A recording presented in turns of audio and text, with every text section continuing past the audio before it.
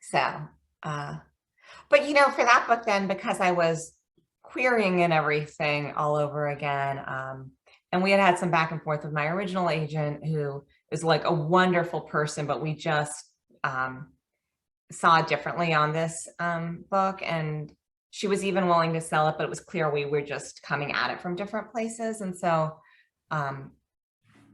so I made the decision to part ways and find another agent. But in terms of getting public, that adds a whole bunch of, right, like querying, at least for me, has never been a fast process particularly. So in terms of the road to publication and how long that takes, that definitely adds time.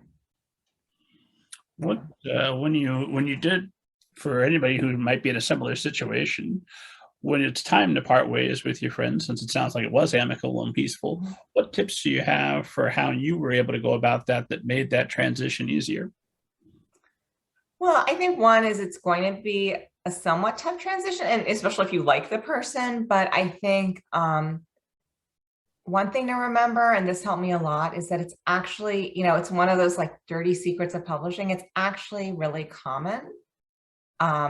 Lots of people have had more than one agent in their career for whatever reason, and like that's okay. That happens all the time. I mean, for me, Molly is such a great fit editorially from a business perspective. She's just a wonderful person that I click with. So in the end, it's okay. I think part of it is remembering what we were saying earlier, that you're writing for the joy of it.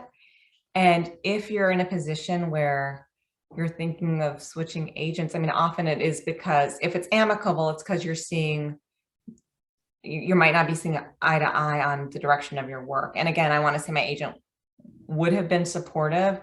And she's a great person, but in the end, the point of this relationship is to support you and your work. And obviously you also, they're supporting you and you want to be a good client to them too. It's a partnership.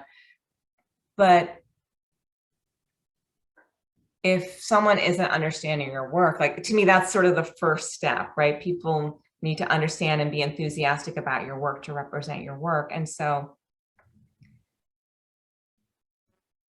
you have a lot of times, I mean, I know myself, I was like, well, maybe it doesn't really matter, but of course it matters. That's the whole reason you have an agent. That's, and kind of taking a step back, like, why did I want this in the first place? Oh yeah, someone who could be excited about my work and help me sell my work. And so I think to remember that. So you want to know what really helped me, actually, though? That's why I kind of interrupted my train of thought there.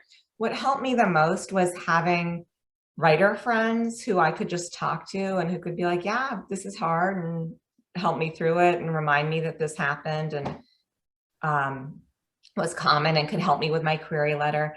And the other thing I did that my writer friends were kind of related is I became a author mentor match mentor. That's where I read, I mentored a YA novel. That's that YA novel that I was mentioning before. That's just incredible. And I really, really hope gets published one day. And then my good friend, Maria Fraser, who just had an audiobook come out in Audible, Margarita in the Spotlight, she asked if I would be a Pitch Wars mentor, apply to be a Pitch Wars co-mentor with her. So we mentored. So I think the other thing that helped me a lot through that transition was just remembering that my identity as a writer wasn't tied up in this one work and this one relationship, but that, I had something to give if I was mentoring other writers and being a part of this community, and kind of helped remind me that like who I am as a writer isn't tied up in this one thing, but there's a lot I have to give, and that I have other books in me if, this one didn't work out. And just kind of taking the broad view, because I think so often, because this industry is so hard to predict, we're like, we got to do this, we've got to do this, we've got to do this. And actually stepping back and, giving back a little bit and meeting more people and becoming a part of the community and giving myself a little breathing space, I think made that transition a lot easier for me than if I had just been kind of in my study. I mean, I did this too, but frantically looking at Query Tracker all the time and frantically, I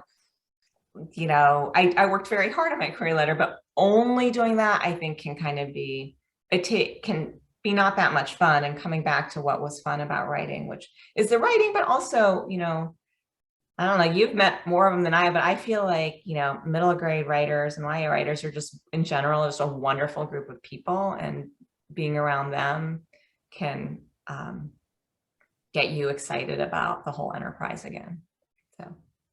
No, I agree. I think writers and book people are the best people on earth. Yeah, exactly. If you come on the show and you've written a book, you've already got me a hello. I'm half in the back for how wonderful you must be just to have done that.